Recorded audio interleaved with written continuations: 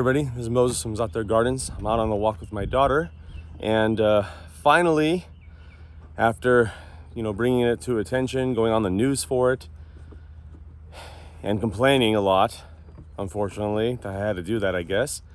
They finally, let me flip it around, they finally fixed this area. It'd be sopping wet with just standing water, full of mosquitoes. Talian, sit down. I'll link up the video right now of when I was in the news in this location. I would have to go here, put poison, put dunk baits for mosquitoes, etc. And they finally fixed it. They finally fixed it. Wow. Well, it took long enough. That was a health hazard. So, okay, well, so hope you enjoyed the other video I'm gonna post. I'll post a couple of them. Happy gardening, everybody.